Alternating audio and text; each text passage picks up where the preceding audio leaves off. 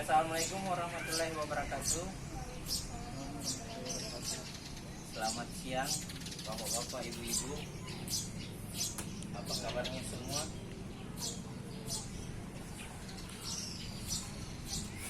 Alhamdulillah,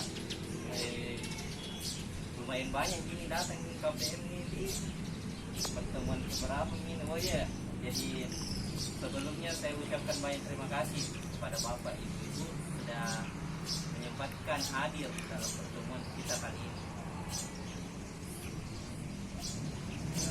Saya tanya dulu, bagaimana uangnya kemarin mas? Tidak ada yang bermasalah datanya. Aman, insyaallah aman. Jadi begini, jadi pertemuan kali ini lanjutan dari pertemuan kita sebelumnya.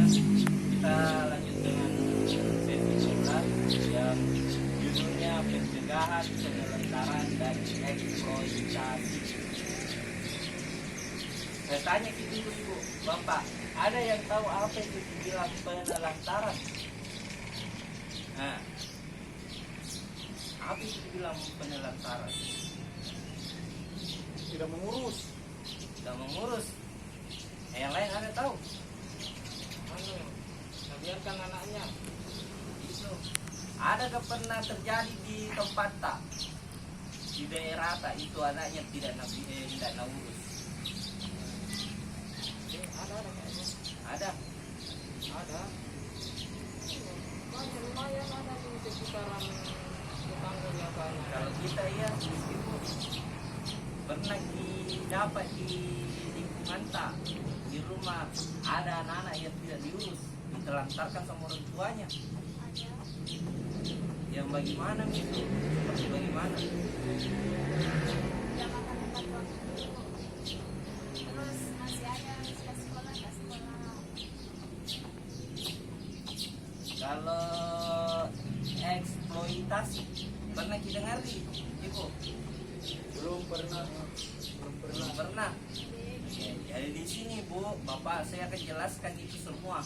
Apa maksud penelantaran dan eksploitasi. Yang pertama itu ini penelantaran dulu kita perhatikan ini. Jadi pengertian dari penelantaran tidak dilakukannya kewajiban dan tanggung jawab orang tua mengasuh dalam mempengaruhi kebutuhan dasar anak, baik fisik, psikis, rohani maupun sosial.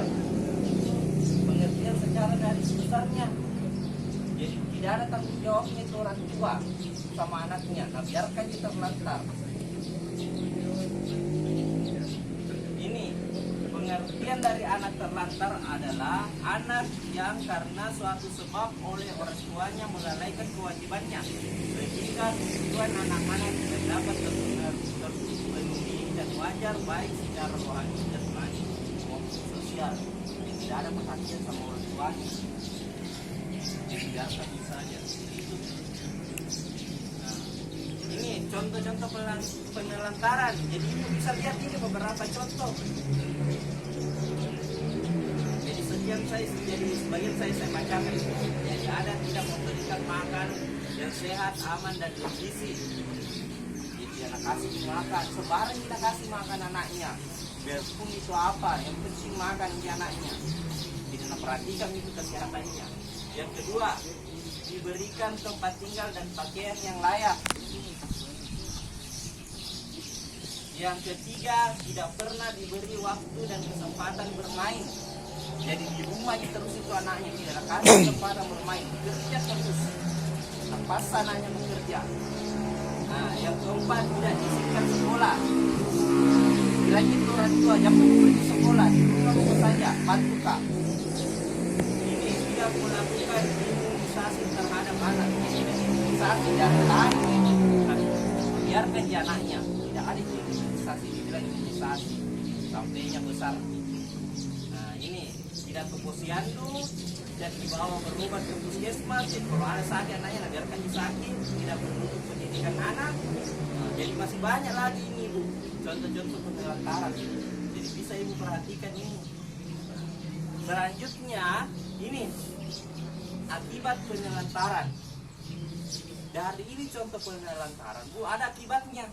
Yang pertama putus sekolah, jadi putus sekolah. Yang kedua kurang gizi. Pernah lihat itu anak kurang gizi? Pernah lihat enggak, Bu, Bapak? Pernah kurus baru besar perutnya. Kurus, ya, begitu dibilang kurang gizi. Yang ketiga celaka, luka, sakit. Yang keempat digigit binatang.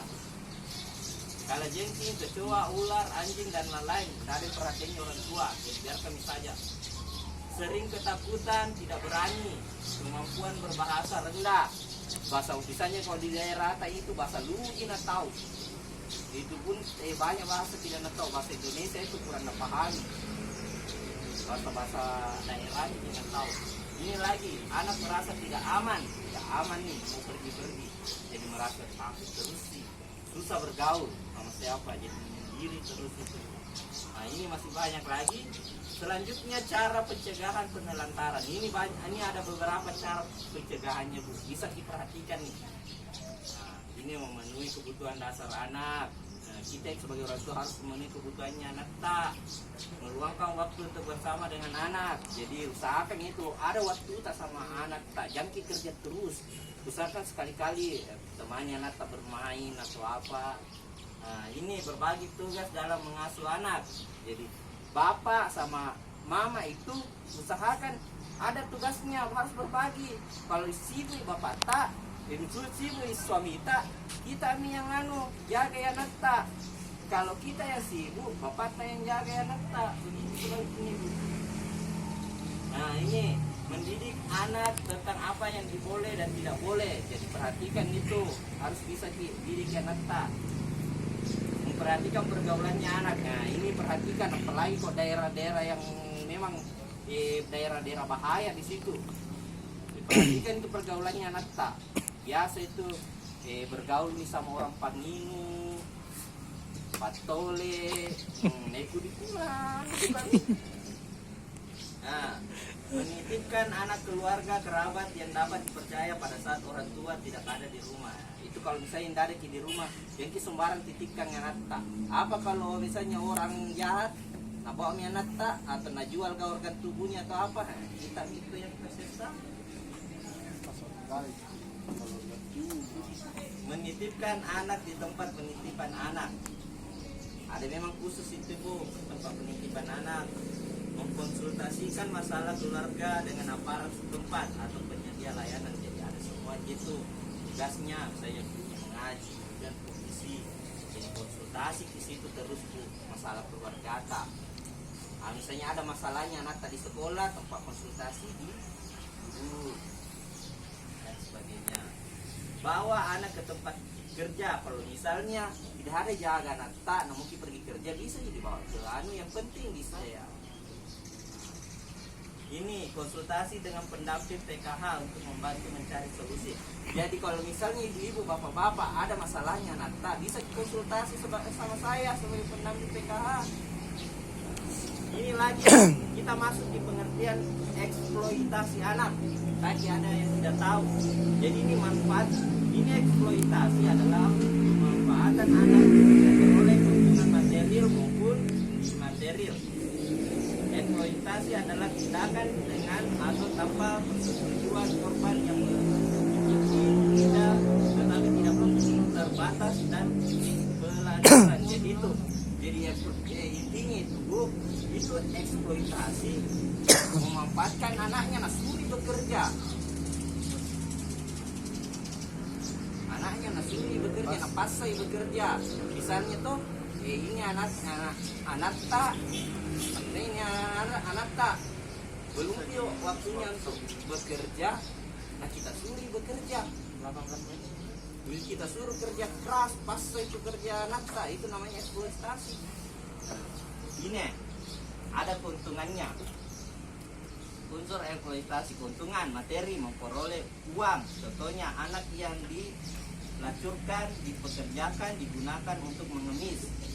Itu banyak uangnya, tapi bahaya untuk anak. Bayangkan itu anak di bawah umur disuruh diperdagangkan, disuruh pergi layani dikasih jadi pelacur nih. Bukan materi yang ini, keuntungan yang berikutnya bukan materi yang memanfaatkan anaknya mendapatkan status sosial.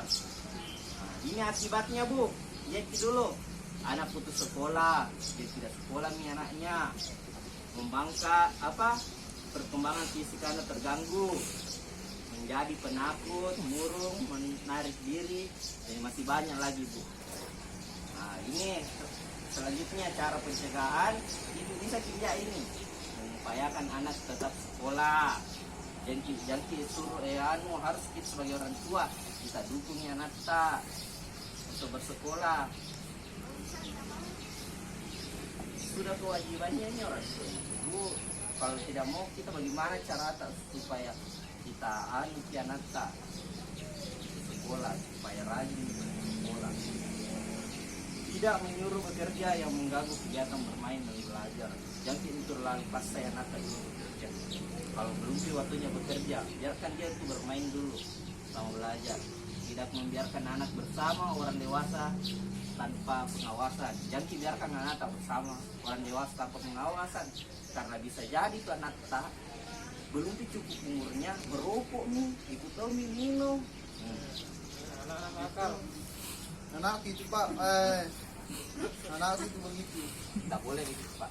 Jadi ini manfaat akte ini terakhir ya, manfaat akte kelahiran. Jadi usahakan itu anak tak ada semua akte kelahirannya Bu. Ada itu ini ada KPM, ada ini ibu siapa itu ibu Ani itu tidak ada akte kelahirannya anaknya. Usahakan ibu harus ada akte kelahirannya anak tak. Ini identitas anak ini manfaatnya Bu, harus kita tahu ini. Memastikan anak asal usul anak, mendapatkan layanan kesehatan dan pendidikan bagi anak, mencegah pernikahan anak sebelum usia 18, kepastian mendapatkan hak waris, selesai dasar pembuatan dokumen lainnya, KK, KTP, SIM dan lain-lain. Nah ini ada pesan-pesan Ibu, kita bisa lihat, perhatikan. Yang pertama, tidak memenuhi hak-hak anak adalah penelantaran anak. Yang kita lantarkan anak kita. Sebagai orang tua, kita harus melakukan pencegahan terhadap penelantaran. Ketiga, segala bentuk manfaat anak untuk mendapatkan keuntungan materi maupun bukan materi adalah eksploitasi anak. Dan keempat, orang tua wajib melakukan pencegahan terhadap eksploitasi. Oke, ibu-ibu, bapak-bapak, jadi ini sudah saya jelaskan semua. Saya harap bapak sama ibu bisa mengerti apa yang saya jelaskan ini. Jadi bisa kita semua tahu ini, bisa kita pelajari semua di rumah bagaimana cara memperlakukan anak dengan baik. Mungkin sekian Budi pertemuan kita hari ini. Jadi waktu juga ini jam berapa nih? Ada jomku pergi. Oke Pak Ibu, Bapak, sekian. Assalamualaikum warahmatullahi wabarakatuh.